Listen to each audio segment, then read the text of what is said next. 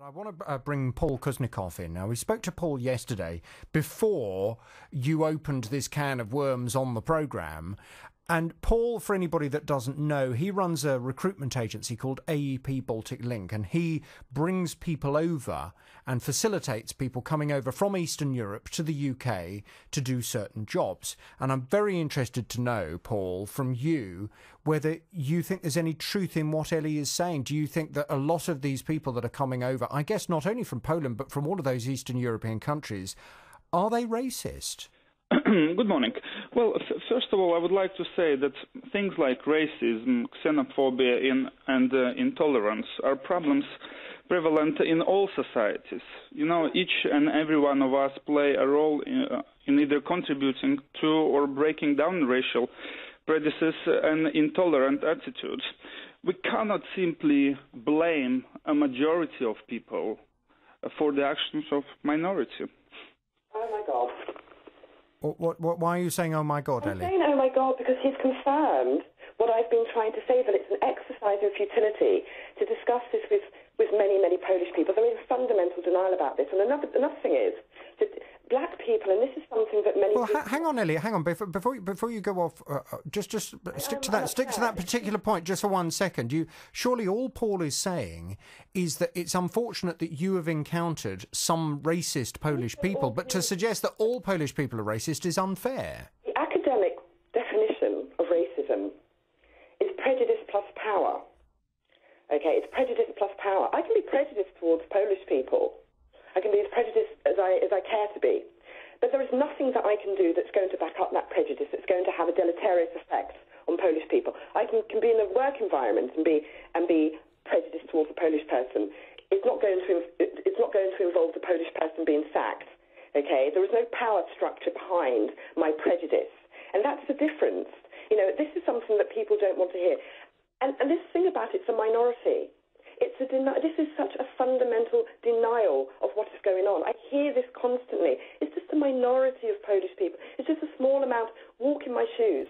Paul, you're denying the extent of the problem. This is, according to Ellie, this is the majority of people. Okay, so let me say another thing. Yeah, what I believe, that education is one of the ways how we fight or try to address racism. We need to educate and integrate those who come from other cultures and societies. We need to give them an example how to be tolerant, diverse, and open. I would also say that I've lived in this great country of opportunities for the past 15 years. I have never experienced any racism, you know. And but you're white, Paul. Yeah, but what I would say, what is very important is the way you treat other people. They will always pay you with the same attitude. No. So you're saying. So what you're saying is that if I'm a nice person, if you're saying that essentially I'm bringing this about myself. So I'm leaving my house, going about my lawful business, not bothering anybody, walking along the road, minding my own business, on my way to work, on my way to wherever it is that I'm on my way to, and I'm bringing about this racist reaction, somebody shouting Sharnuk at me, whatever the Polish equivalent of the N-word is, by my mere presence. You just said that people's behaviour brings about a particular response, or words to that effect. That's what you said. So Ellie, what I would say is just...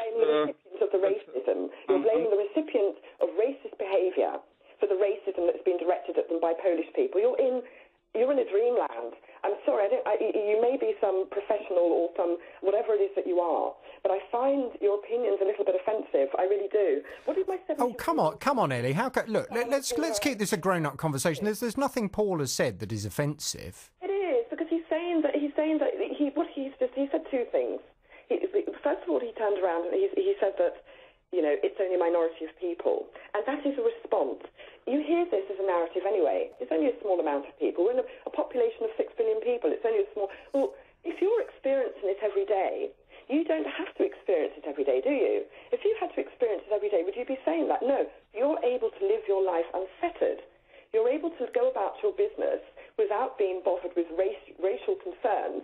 So it's okay for you to say that. You know, I'd love maybe to pick this chap up and put him in Zimbabwe for a few months, and then turn around and say to him, It's all in your head. It's only a matter.